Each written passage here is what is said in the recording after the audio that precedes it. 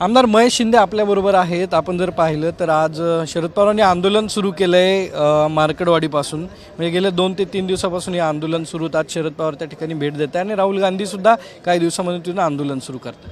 घटनाबाह्य कामं करणं हे पवारसाहेबांचा आजचा हातखंडा नाही तर ते जुनं आहे. ज्या वेळेला त्यांना एखादी गोष्ट पाहिजे असेल, जर त्यांना जनतेतून मिळू शकत नसेल तर ती कशी घ्यायची हे त्यांना माहिती आहे. त्यामुळे ते केविलवाणा प्रयत्न करत आहेत. परंतु जर तुम्ही पाहिलं असेल तर पवारसाहेबांनी याच्यापूर्वी खूप घटना बदललेल्या आहेत. तुम्ही जर पाहिलं असेल रयत शिक्षण संस्थेची घटना बदलून ती संस्था मुलीच्या नावानं करण्याचा प्रयत्न केला.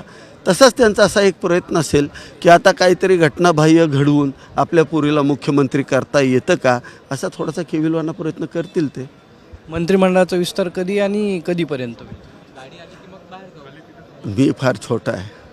हे सगळे निर्णय आमचे वरिष्ठ नेते घेणार. सदाभाऊ म्हणतायत की पेरा चुकवण्याची आता वेळ आलेली आहे. घटक पक्षांचा विचार एकनाथ शिंदे यांनी करावा, मोठ्या पक्षांनी करावा, अन्यथा मग आम्हाला बैल विकावी लागतील. बैल विकायची गरज नाही. सध्या अड्ड्यांना चांगली मागणी आहे. चांगला रेस चालू आहे. त्यामुळे बैलाला लय मोठा डिमांड आला आहे. नक्की बैलांना मोठा डिमांड आल्याची भावना जी आहे ती महेश शिंदेंनी व्यक्त केली. कॅमेरामॅन आदर्श कटकेसह सागरवाड, साम टीव्ही, मुंबई. देश विदेशातील प्रत्येक घडामोडींचे लाईव्ह अपडेट मिळवण्यासाठी आता साम टीव्हीच्या सर्व सोशल मीडिया प्लॅटफॉर्मला लाईक, फॉलो आणि सबस्क्राईब करा. तसंच सर्व नोटिफिकेशनसाठी बेल आयकॉन प्रेस करायला विसरू नका.